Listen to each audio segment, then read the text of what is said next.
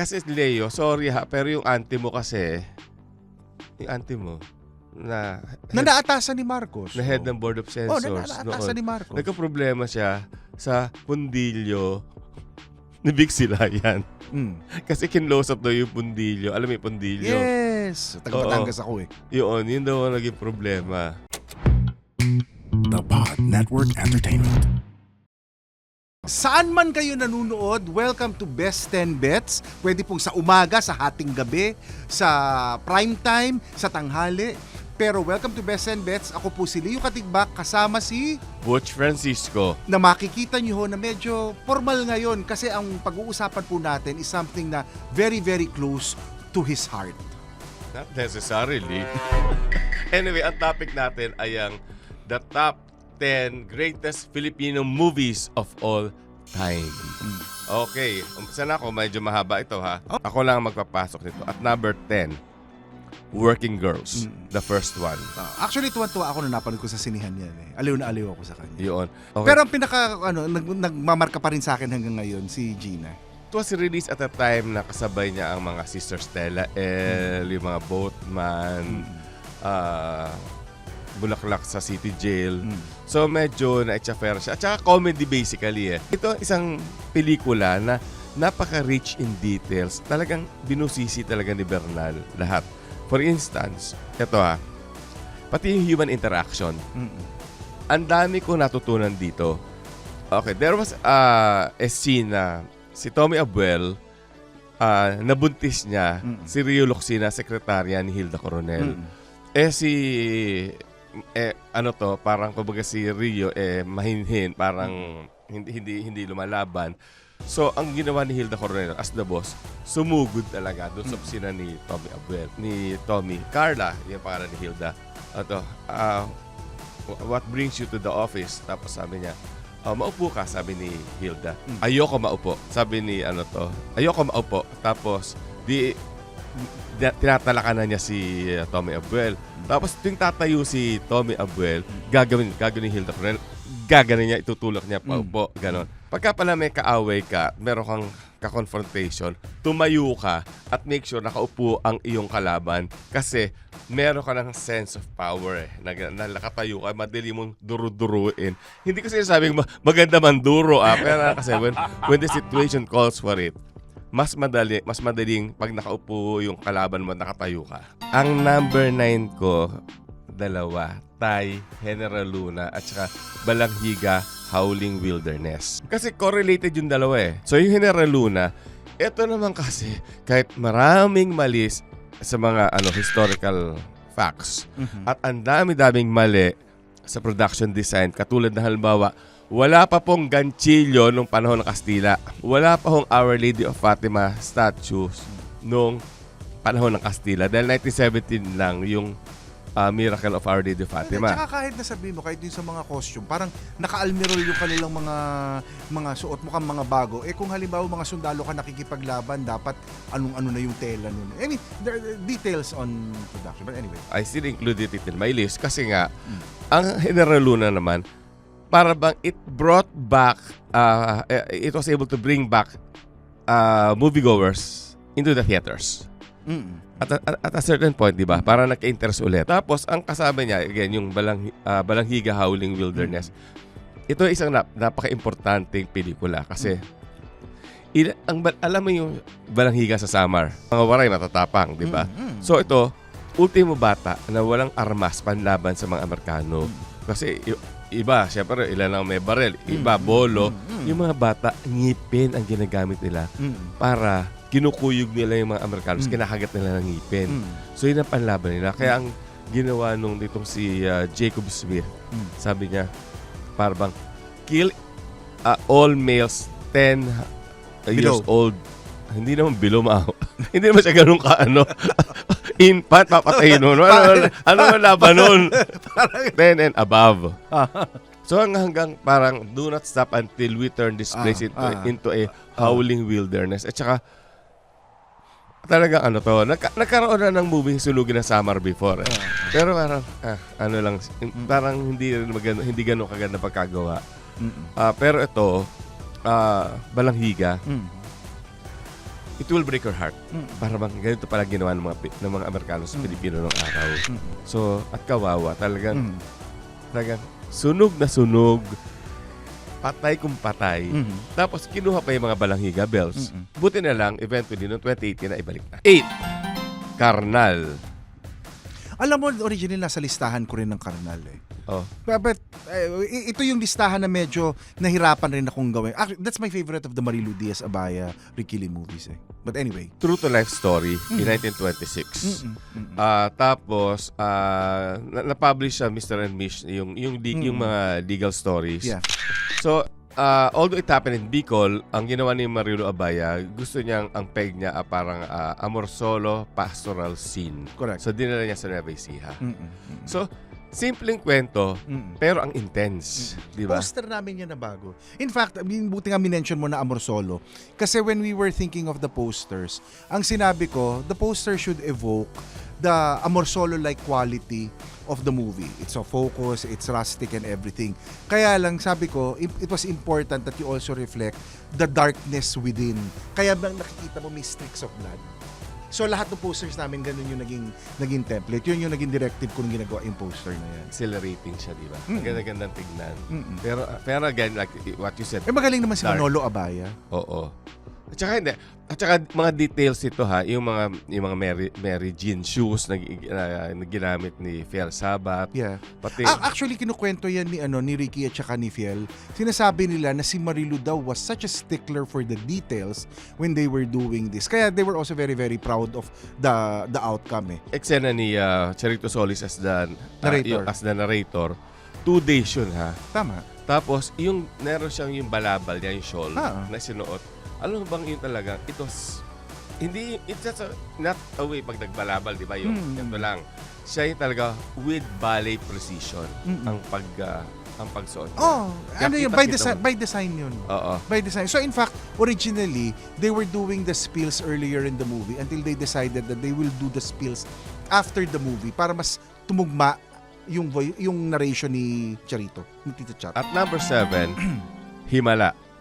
Okay. Alam mo, I'm sure nasa listahan mo to pero higher. Makikita nila later. Okay, talagang mahirap i-mount given yung limitado, hindi naman gano'n talaga kalakihan. Yung budget, mas malaki kaysa ordinary movie, pero hindi pa rin of that scope. Well, Maliit no, pa rin. but you have to remember by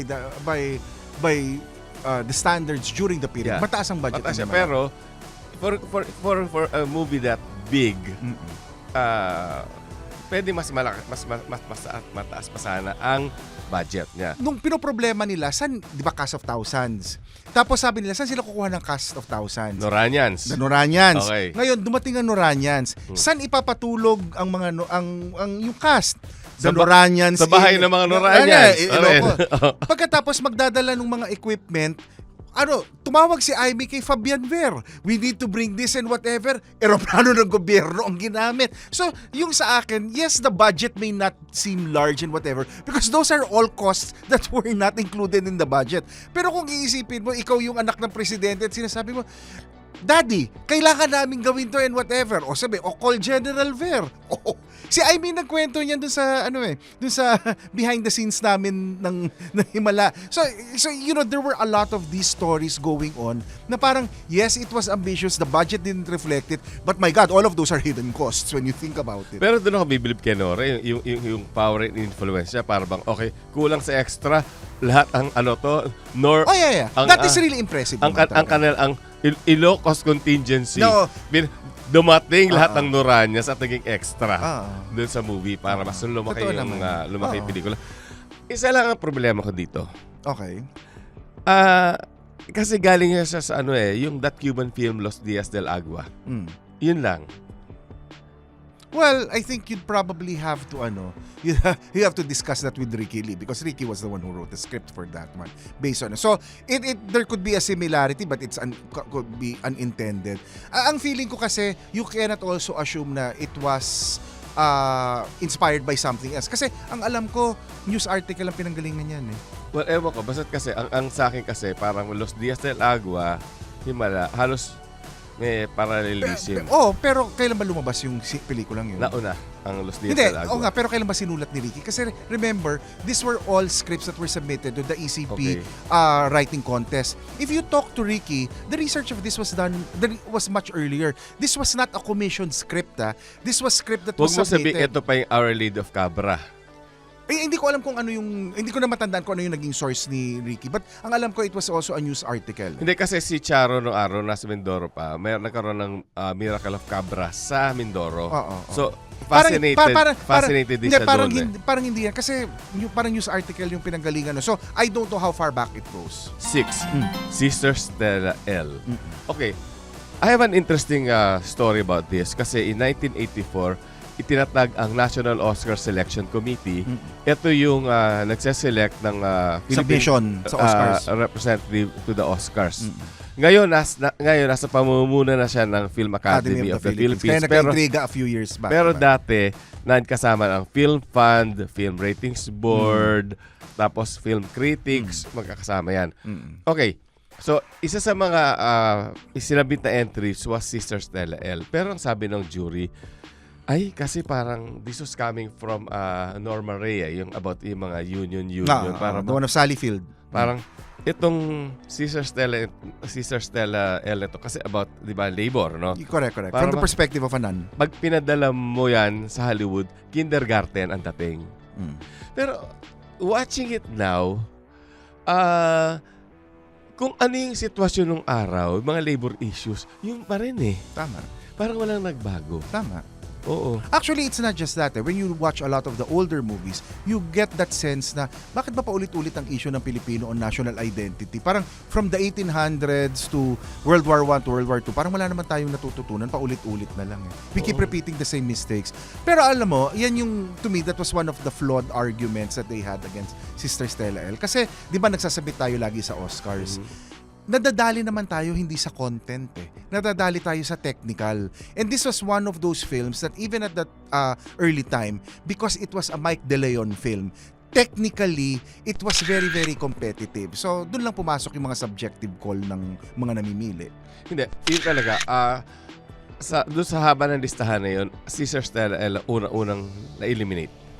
Eventually, they ended up sending Karnal.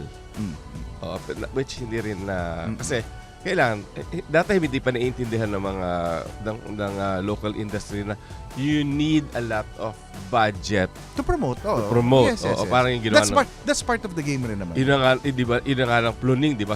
Super effort na yung ginawa doon, pero hindi pa rin umabot. At number 5. Okay. Kisap Mata and Ora Pro Nobis. Okay. Pero related din naman to eh. Di ba parang sa Kisap Mata natatakot ka. Ora Pro Nobis, basta kakatakot. Galing ito sa yung Quijano de Manila na libro, yung The House on Zapote Street. Totoong nangyari. Correct. So, yung... In fact, a lot of the movies that you mentioned had literary or news inspirations eh. Yeah. So, talaga napaka-powerful niya. Hindi alam, parang horror ba to? Correct. Correct. Kasi, at saka, ako, I'd like to think kasi, wala pa naman ako sa industry ng that time eh. So, pero I thought it was so unfair na parang lahat nasama, lahat na acknowledge yung performances ni Dick Silaya, Charito Solis, J. Ilagan. Naiwan si Charo, pero panoorin mo ngayon, ang galing pala ni Charo dun sa movie. Yun nga yung maganda ngayon kasi lalo na when we're able to restore the movies. When you see it in hindsight, there were opinions during that time na sabi, bakit ganun nila inisip? Ang galing-galing naman pala ni... So, whoever dun sa parang those are the movies that are withstanding the test of time, kumbaga. Yeah. Ito kasi yung Kisap Mata, ito yun kasi martial law. So, meron siya allusions na lang to martial law. Correct. Na hindi halata. Correct. So, tapos, ang... But you have to remember, ito was just Kisap Mata. It was really all of the movies that were being done at that time by the likes of Sinalino, Sina Ishma. Kasi remember, nagsasubmit sa MTRCB ng script. Tapos from there pa lang, i-approve or disapprove na. So, that's why the 70s and the early 80s were the second golden age of Philippine cinema. Because the creators had to figure out a way of still voicing the social reality pero dun sa way na lulusot sa Board of Censors. So they were much more creative. Oo, pero okay kasi ito Kasi Leo, sorry ha, pero yung auntie mo kasi, na Naatasan ni Marcos. na head ng Board of Censors naatasan ni Marcos. nagka-problema siya sa pundilyo ni Vic Silayan. Kasi kinlose up daw yung pundilyo. Alam mo yung pundilyo? Yes. Taga Batangas ako eh. Yun daw ang naging problema. Oh. So, kailangan yata putulin Pero, yun. alin ang puputulin? Yung nasa loob o yung eksena? Tanungin mo si Vic Silayan. Ora pro nobis. Ito naman, ang nakakalungkot kasi it had to be smuggled out sa Pilipinas. Correct. Time na ni Cory ito eh. Kaya Kaya lang si Manuling Moroto talagang made sure na hindi siya mapapalabas.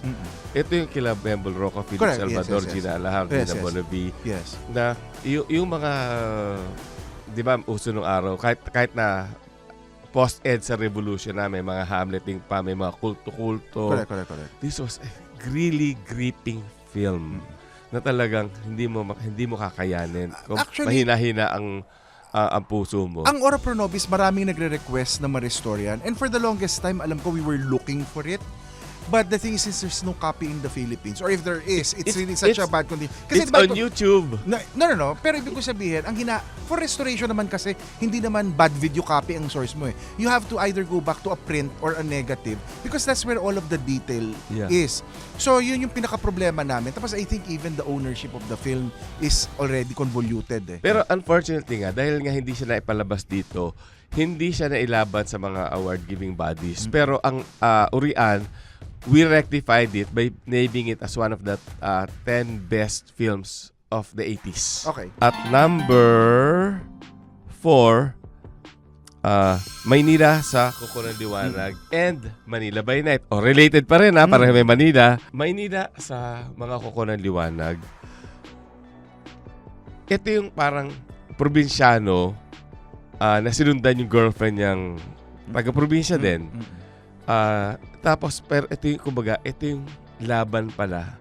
Ganito pa ang kalakaran sa Manila na hindi sila tatagal, hindi nila kakayanin. Talagang, it is a completely different kind of jungle. Correct. Na even then, ang hirap na ng buhay. Correct. Tapos, marami nang inaapi, marami nang aapi. Parang, And we have to give credit to the Scorsese Foundation because they were instrumental in the restoration of Maynila sa Kuko ng Liwanag. ayun. Ito naman, yung katay niya, Manila by Night. Ito naman, overview na kung what Manila was in 1980. So, pinakita na lahat ng klaseng pamumuhay dito. May mga bohemian, may pera. For the longest time, actually, I was talking to Mother about restoring that. Hindi kumita to di ba? Hindi. Oo. At saka ano Hindi yan? kasi chinap-chap ng Ng Chinap-chap MTRCB. sensor. Oo. Hindi, BRMPT pa. Oo. So, pero yun, from yung mayayaman. At saka bakit chinap-chap yan? Because it did not reflect the true, the good, and the beautiful. Yun. That Madam was saying na yan ang Pilipinas, hindi ka pwede magpakita ng pangit. Maganda naman si Lorna Tolentino, maganda naman si Alo Moreno, maganda naman si Pero yung social reality na pangit ang bawal. Okay, at least magaganda Pilipino. Oo. Tsaka hindi retokado. That time. Oo, hindi retokado. Kasi I remember. Wala. No. Because there was one time I was with Dina at saka kay si Lorna. We were doing, bakit nga ba? For hindi nahahati ang langit kasi magkasama sila doon. Tapos, at nakatatawa lang ako sa conversation nila na sinasabi nila, pero alam mo, buti talaga tayo no? Payat tayo, wala sa atin nagpaparetoke, wala pa yung mga lift na Tawan-tawa lang ako the way that conversation was going. But again, in our previous episode, sinabi ko may retoke na that time. Kaya lang itong mga artista hindi naman dito, si Lorna at saka si Dina. Oo. Ang sinasabi lang naman na sila ay hindi retokado. At saka ang bata-bata pa kasi nila naman nun. Diyos ko, di ba ngayon may mga bata na nagpaparetoke, nagpapa-bust lift, Angelina Jolie lips. Yun, na hindi ko maintindihan bakit. Ito yung from mayaman, tapos may taxi driver, may prostitute na nagpapanggap na nurse. Parang ang lawak-lawak niya talaga. Talaga isa siyang parang tapestry of what Manila was. In the early 80s. Doon siya ng famous kasi putol-putol, but it won Best Picture sa Urian. And became one of the top 10 best films of the 80s. Yun. And at number 3, Okay, galing tayo ng Maynila sa Kuko ng Liwanag, Manila by night. Eto, Anak Dalita. Yan yung bagong poster na. Okay. Kung bakit, Ito talaga namang, okay, para wala ako sinabi. O sige, okay. kung bakit naging nagkaganito ang Maynila. Pinakita sa Anak Dalita. Kasi, nung araw naman, wala namang mga informal settlers, di ba? Bago magkagera. Kaso, nung World War II, marami na display sa probinsya. So, nagtakbuhan lahat sa Manila. So, ano pinaka-convenient? Intramuros, kasi binomba, so deserted. So, kumbaga, yung mga bahay nila, ito konkreto yung pader mo ha at talagang ano yun ha yung talagang buhos yun kung buhos. Tama. So magtatayo ka lang ng shanty tagiliran sa may harapan ka pero yung pinakalikod ng bahay mo talaga talagang ano to pader kung pader. So doon nag-umpisa. I think kaya pumangit din ng Manila eh. Kasi because nga yung the migration na hindi kinaya ng city. And at number 2, ganito kami noon, paano kayo ngayon? Nasa listahan ko rin yan originally pero sa kakapalit ko nag-iba-iba siya. Okay. Issue ko dito eh. Meron corrugated roof. Na wala pa noon. Yung time na yun. Pero, ito yung talagang, kung may isang pelikulang talagang Pilipino, ito yun. Kasi, that time na ginawa, hindi pa natin talaga alam kung sino ang Pilipino. Correct. 'Di ba? Ito pinakita ni Ed Romero na ito yung parang identity natin, national identity. And naintindihan ko lang to through this film. Kasi not even if you read history books, wala yun. Hindi, wala. At saka I think by design naman na pinoint out nila na ito yung perennial question natin na ano ba talaga yung identity ng Pilipino. Kung iisipin mo ang setting nito, 1890, it was the last days of the Spanish-American War. So, kumbaga, may ganyan na tayong issue. Pero pag tiningnan mo rin yung mga pelikula natin dun sa mga sumunod na dekada na set in period, parang kay 3 taong walang Diyos yan, parang even at those junctures, even up to the more recent movies, malaking katanungan pa rin. Ano ba talaga ang Pilipino? And I've had that conversation with a lot of the people who watch the movies na parang biglang nare-realize nila na oo nga, parang ang tagal-tagal na natin, noon pa lang problema na yan, issue na yan hanggang ngayon. Pero ito magbubunyi ka sa number 1 ko. Oro, Plata, Mata. I mean, sino pa ba? Ano bang pelikula pang tatalo dyan? Parang nandyan yung grandeur. Yes.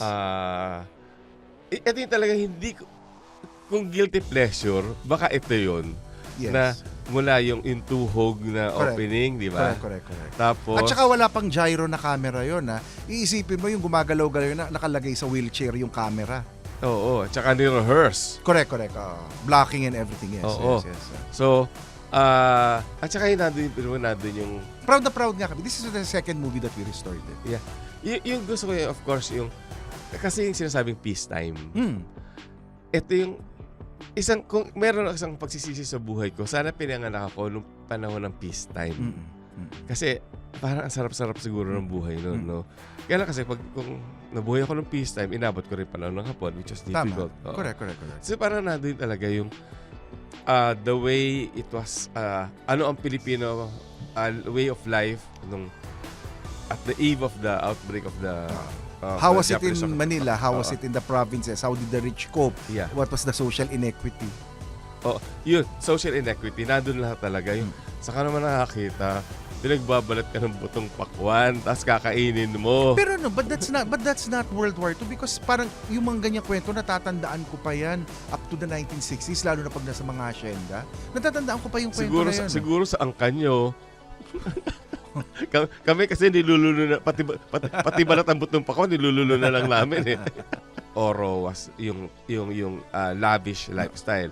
Yung Plata medyo nag-tone down na kasi 'di ba meron yung ano yung kalyos yung ulam na ayaw kainin ni Sherry Hill. Hindi ni Sherry Hill. Ni Sandy Andalong. Ni Margarita. Ni Sandy Andalong pala. Ni Maggie. Ni Maggie. Tapos sinabihan ni Lisa Lorena na kainin mo kung ano yung hinain. Kasi si Fides nagpapaluto ng panibago. Panahon ng panahon ng digmaan. Tapos yun nga, Tapos Correct. inuutosan niya si Meli Malyari. Para magluto ng ano. Parang, Ah. bakit kalyos ang niluto mo? Ah, Parang awa nyo na. Ang kalyos sa amin, pag piyesta lang. Doon lang kami nakakatikin ng kalyos. Pero kalyos, tinatanggihan niya. So tapos, and then eventually, nung plata na, yung talagang matindi na talaga yung pinagdaanan nila. Alam mo, itong pelikula to, I've probably seen it 20 times. It's actually in my... Kaya I will have a qualifier for my list later. But a lot of the movies na sinabi mo, like Karnal, they're among my favorite movies. But nalaga sila because of a certain criteria I added to my list. But for Oro Plata Mata, I must have seen this maybe 20 times already. Aside from the fact that we restored it.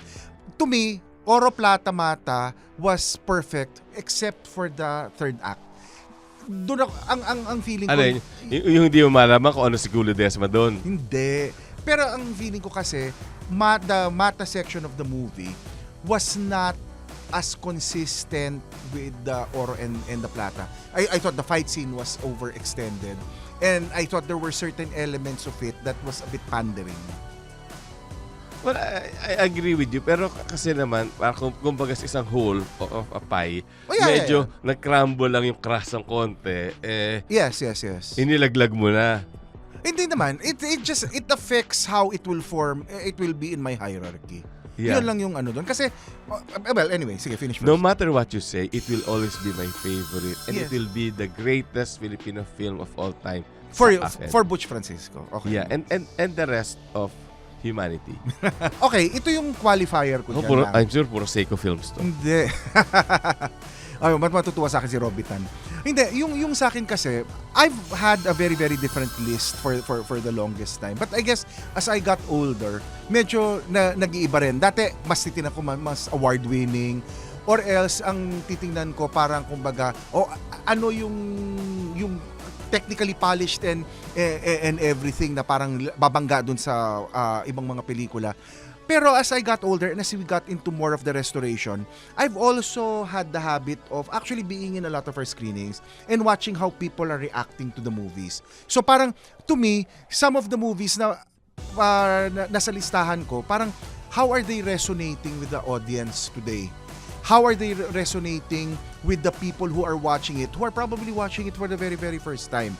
So, yung sa akin is a bit of a mixed bag. And I will explain why. A lot of people will probably disagree with this, but One More Chance is in my list. One More Chance, you might say, okay, it's a commercial film, it's Popoy and Basha and whatever. But in all of the times that we've screened it, and with all of the people that I've talked, the movie has touched a nerve with everybody. And to me, bakit meron siyang ganun? You know, even on iTunes, this is our number one movie by a long shot. You can add a lot of the other movies, it will not come close to that one. And when you talk to a lot of people, parang why is it that the character of John Lloyd and Bea in this particular movie affects them so much? And as I've watched it and rewatched it and whatever, I've seen the elements of it, why it is hitting so many people so hard. Pagkatapos ngayon, di ba, magiging musical pa siya featuring the music of Ben and Ben. So there's something about the movie that is hitting a nerve with a lot of people. Now, even my list also, it's a bit of a combination of, okay, quality and everything. Pero sa akin, ang best movie kasi is something na uulit-ulitin ko.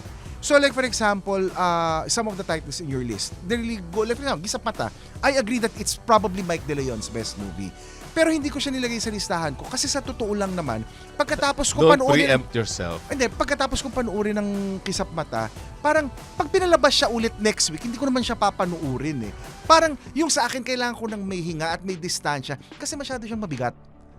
So, I will say that it's creatively, it's Mike's best. But for me personally, I have another movie of his that I prefer. Okay, ang next ko, number 9, Milan. I'm sure hindi mo rin yan masyadong matatype. Alam mo kung bakit? Umpisa pa lang na turn off na ako. Okay. Di ba tumatakas sila sa border?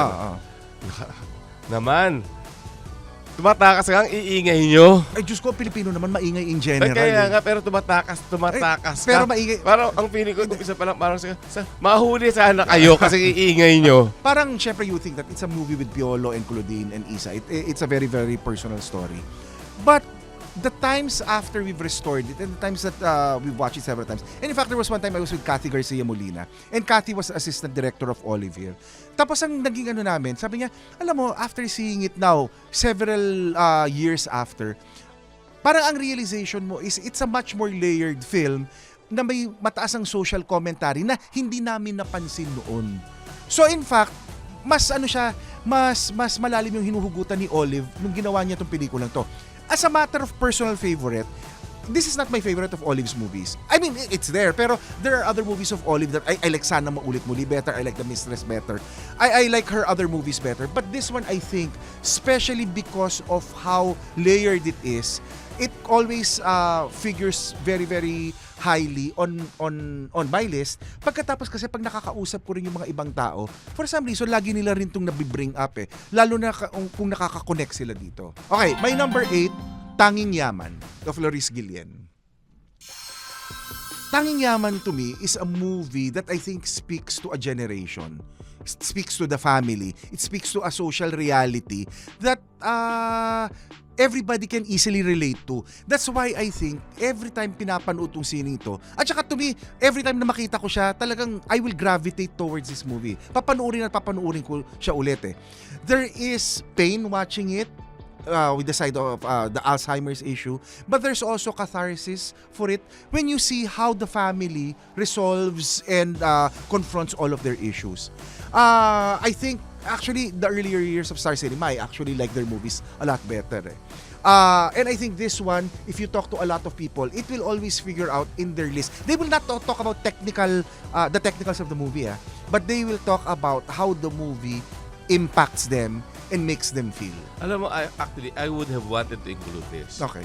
If only for the fact na kasi, di ba, siya yung naging nanay ng Seven Sundays Family Matters. Correct. Pero, na-realize ko, sandali, bago magkaroon ng Tanging Yaman, nagkaroon ng inay ni Alicia Vergel. Oh. And all those Rosa Aguirre movies, Correct. Sakasangang Correct. Pag-ibig, Correct. Sakasangang Puso. Correct. So hindi ko rin siya sinama. Ito kasi parang ang feeling ko lang sa Tanging Yaman, it really is a generation, it has a generational connection eh. So hindi lang matatanda, pati mga bata nagre-react sa kanya eh. Also brings me to my number 7 movie, which is Anak. Ang Anak, parang ano yan eh, parang I think the reason this dawned on me, especially recently, we actually showed it in St. Paul's, Quezon City. Pagkatapos, 90% of the audience had never seen Anak. Pagkatapos yung tinitin ako, watching it, sabi ko, grabe, bakit ganun yung naging reaction nila doon sa pelikula? Now, obviously, there may be other movies that are better technically or whatever. But I think Anak was resonating on such a fundamental and deep level. Kasi ngayon lang ako nakakita na malalaki, mababae, umiiyak lahat. Pagkatapos nung kinakausap namin yung mga estudyante, a lot of them were actually saying, sabi nila, we have never heard of the movie. You're talking of 18 to 20-year-old. So this movie is much older than that. So, sinasabi ng mga estudyante, this is the first time we've seen it. Most of them didn't even really know Vilma Santos that well. Vilma was there actually for the talkback with Ricky Lee after. Pagkatapos, nung nagsasalita na yung mga estudyante, sabi nila, whether it was because they are a product of a single-parent household, or whether they were, their family was split up, or their extended families were split up because of an OFW, sobra daw ang naging impact nito. As in, literally, napapakinig mo, umiiyak yung mga tao, ha? At saka hindi sila nahihiya na. So, yan yung naano ko sa restoration kasi pag pinapanood, parang you had a different viewpoint about the movie a long time ago. But seeing the generation now react to it, you also realize that, this movie is going to be an evergreen. It is surviving. It is withstanding the test of time. Yeah. Pero, ito, ang pinakamalaking kasalanan niya, and ito evergreen, dapat sana na correct. Okay. May isang eksena doon. Okay, 'di ba? Umuwi si Vilma tapos ano pa sino yung bunso niya? Okay, 'di ba si Baron Guys sila si Claudine. Yung bunsong anak niya was Camille Pratt. She was too old that time. Parang hindi si Camille. So okay. So yung bata sabi niya, "Nay, paano mo basahin 'to?" Yung kung hindi pagong yung isa. So okay, sabi niya, sabi ni Vilma, kasi syempre uneducated siya, no? Parang, tortoise. Sabi nung nag-correct, tortoise. Mm.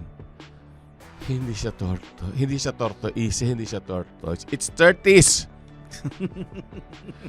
And at the record dyan, ha, ipinalabas. Oh, So, okay. ibig sabihin, we have an entire generation who will pronounce it as Well, tortoise. parang wala yung pinagkaiba sa sinasabi mo kanina that one thing will undo the entire movie. Be that as it may, yung sa akin, even from an artistic standpoint, yung sa akin, one of the things that actually moved me was the character of Claudine was rebelde, forceful, and whatever. But I liked even the nuance where in the final scene nung umiyak siya na parang bata. And to me, when I was talking to Rory about it, sabi niya, Leo, that's by design. Parang yung lahat ng pent-up anger ni Claudine, when she finally comes to the realization, yung pagmamatanda niya na sinasabi niya, hindi nila kailangan si Vilma, hindi nila kailangan yung nanay nila, biglang doon bumigay siya at lumabas yung pangungulila niya bilang isang anak na naiwan. Next movie, number 6 ko, Himala. Okay. Ang Himala, as you said also, epic siya. I mean, it's probably the last of the movies na may ganung scale na multi-camera setup and everything. And you know, legend na yung Noranians and everything. But of the Bernal movies kasi, I think this was also one of the more technically polished. Kasi to me, Bernal and Lino have the same problem. They are actors, directors. Pero pag hindi magaling ang binigay mong suporta sa kanila technically, hindi rin minsan ganun kaganda lumalabas yung mga sine. Kasi magiging distracting na off-sync ang audio, nagde-defocus ang images and whatever. But to me, this is really one of Bernal's masterpieces. And I think kasi it really hits at the core of what being a Filipino, especially at that time. Tayo mapagpaniwala tayo sa milagro. Tapos, ang karamihan ng mga problema natin, ipinapasa Diyos natin. Naghahanap tayo lagi ng divine intervention. So I think this really captured that mindset that Filipinos had. And Nora was just brilliant in it, I think. Hindi, ito, meron ako natutunan dito. Ha? Kasi bago sila tumulak papuntang north, sinabihan ni Charo Santos, who was the head of the ECP production. Yeah. So, kasi sina Trina Dairit on the sinabi niya kila Bibsi Carballo, na PR, who was part of it, and the rest of the team, sabi niya, make sure masaya at kontento ang mga tao niyo because that will show on screen. Hindi ko nakalimutan yung bili ni Charo na yun. Hindi ako pinagbili na pero nagbarka sa akin. So after Himala, ang sa akin naman, number 5 ko ay Tinimbang Ka Ngunit Kulang. I actually like Tinimbang Ka more than Maynila sa Kuko na Liwanag. This has actually been in my list of films to restore. Kasi talagang feeling ko, this is with the cast and the kind of story it was telling, to me, it was important that we'd be able to restore it. But for obvious reasons, medyo na-discarril na rin yan. Hindi, ito, Leo, ito talaga, dapat, kung ilalagay mo sa footnote ng History of Philippine Cinema, dapat kasama to because siya ang nagbukas ng mata ng mga taga Forbes Park to watch Filipino movies. Kasi ito mula A hanggang D. Correct. Nanood dyan. Binuksan niya talaga. Correct. Ang problema na sa kanya, it was not able to stand the test of time. Well, yung sa akin, I cannot argue about that because hindi nga namin na-restore eh. Pero to me, up to the point na napapanood ko siya dati, nag-aano siya sa akin eh, nagmamarka. So, kasi minsan dun mo makikita yung realization eh. After na-restore mo siya at nakita mo na siya ulit na malinaw at saka maganda, dun mo ma-realize na, ay, hindi pala siya ganun kaganda katulad na dati. Or, ay, ang ganda pala talaga niya. Hindi lang siya na-appreciate noon. Hindi, ang problema dito nga kasi parang, okay, so, again, utang na loob ako, sasaludo ko dyan dahil sa kanya, nag-umpisa ng manood ang mga alta, mga class ng A. Forbes. Naaminin na natin because sila yung may pambayad sa sine. Correct. Kahit murang sine noon. Oo. Actually, mga manunuri, although nanalo sa FAMAS, wala pang uri-ano, pero ang bumoto mga manunuri. Kasi ginuha nilang parang part ng jury. Pero yun na nga, pag tagal-tagal, ma-realize mong ang mga characters sila, hindi sila gray, black and white ang characters. So, well, yung sa akin, I have not watched it recently, unlike the ones that we've restored. So, to me, my viewing is romanticized. Yeah. But because ako, based on the way I saw it back then, yeah, Pinalabas sa TV yan eh. So kaya alam ko. Okay. And number 4, probably has the same issues as ang tatay kong nanay of Dolphy and Nino Mula. It's probably It's Dolphy's best movie. Yes. And ito talaga, Dolphy at his prime, he was the king of comedy. Then he wowed people that he can do drama pala to that extent. Parang kumbaga, I guess pinakamadali ihahalin tulad mo sa The Champ ni Johnny Voight at saka ni Ricky Schroeder. Pero to me, this was far superior. Unfortunately, there is no longer a restorable copy. Now, my number 3 is Kakaba-Kaba of Mike De Leon. To me, this is a movie that really has withstood the test of time. Itong pelikula na to, nagugulat ako na tuwing pinapalabas namin, we get the most laughter from the youngest audience. And their reaction to it is not yung reaction na nervous laughter or whatever. They were really laughing at the parts where Mike intended them to laugh and to enjoy and whatever. So, this was literally a movie that was ahead of its time. Sabi nga ni Mike, flop siya nung pinalabas siya. So, this is really a movie that he made that was not for the generation before, but it's connecting to a lot of people in this generation, in this era. Ang number 2 ko is Genghis Khan of Manuel Conde. God. Well, you may not like it, but arguably even international critics continue to say that it remains Because they saw it in their homelands, they never saw Intramuros. Kasi di ba sa Intramuros yung shoot niya? kahit na ikaw naman masyado mo namang nininitpick eh. But I think when you watch something, hindi naman uso yung sa totoo lang halos wala nga silang budget eh. So you have to give them credit na for the limited budget that they have, they were able to accomplish something. Titingnan mo naman dyan content, hindi ko naman ininitpick yung production design nila eh.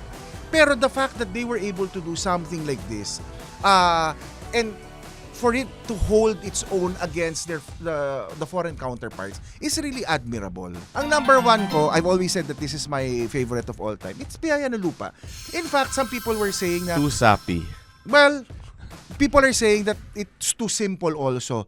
But in the same way that if you look at, say, Citizen Kane, and then you would analyze how things were framed and whatever, pag pinapanood ko rin siya, natitigilan rin ako kasi iba rin the way si Manuel Silos would frame his scenes and everything.